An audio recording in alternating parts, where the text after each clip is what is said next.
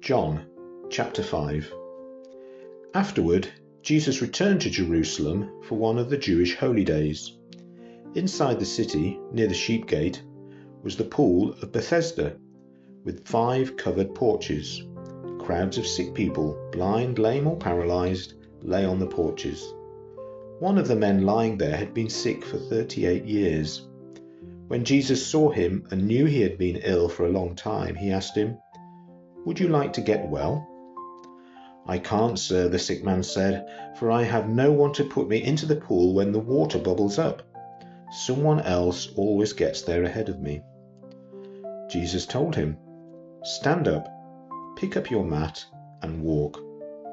Instantly the man was healed.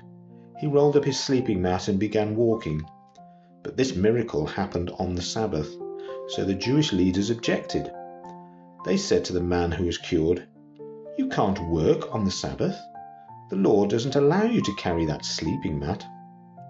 But he replied, "The man who healed me told me, 'Pick up your mat and walk.'" "Who said such a thing as that?" they demanded. The man didn't know, for Jesus had disappeared into the crowd. But afterward Jesus found him in the temple and told him, "Now you are well. So stop sinning, or something even worse may happen to you."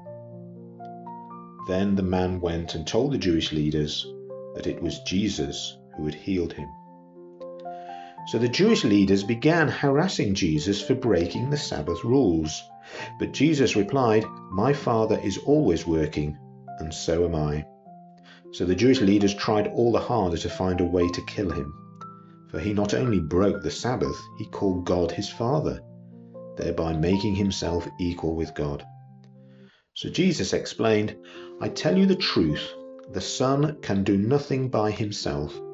He does only what he sees the Father doing. Whatever the Father does, the Son also does. For the Father loves the Son and shows him everything he is doing. In fact, the Father will show him how to do even greater works than healing this man. Then you will truly be astonished.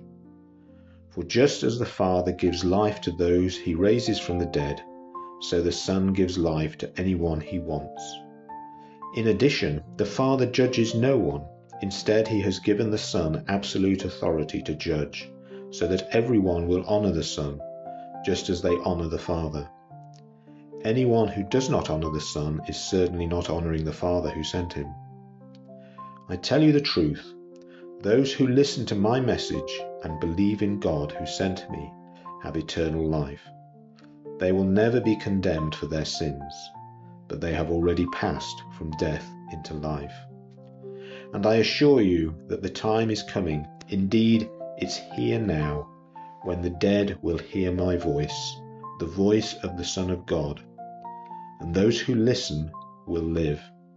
The Father has life in himself, and he has granted that same life-giving power to his Son, and he has given him authority to judge everyone, because he is the Son of Man.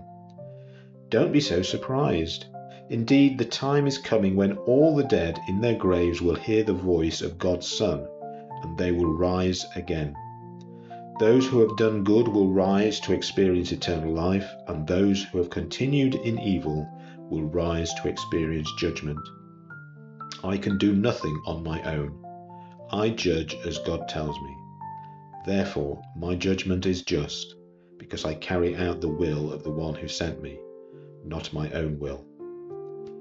If I were to testify on my own behalf, my testimony would not be valid.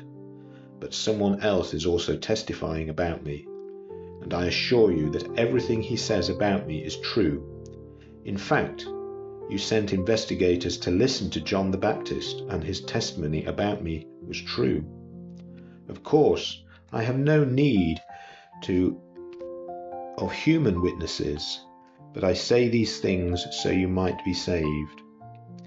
John was like a burning and shining lamp, and you were excited for a while about his message.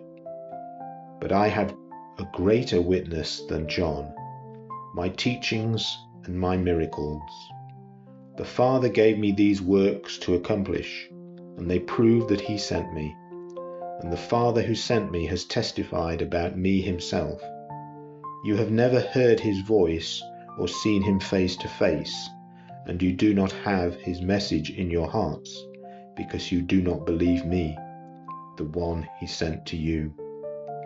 You search the scriptures because you think they give you eternal life, but the scriptures point to me. Yet you refuse to come to me to receive this life.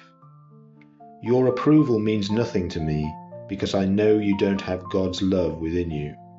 For I have come to you in my Father's name, and you have rejected me. Yet if others come in their own name, you gladly welcome them. No wonder you can't believe, for you gladly honor each other, but you don't care about the honor that comes from the one who alone is God. Yet it isn't I who will accuse you before the Father. Moses will accuse you. Yes, Moses, in whom you put your hope. If you really believed Moses, you would believe me, because he wrote about me. But since you don't believe what he wrote, how will you believe what I say?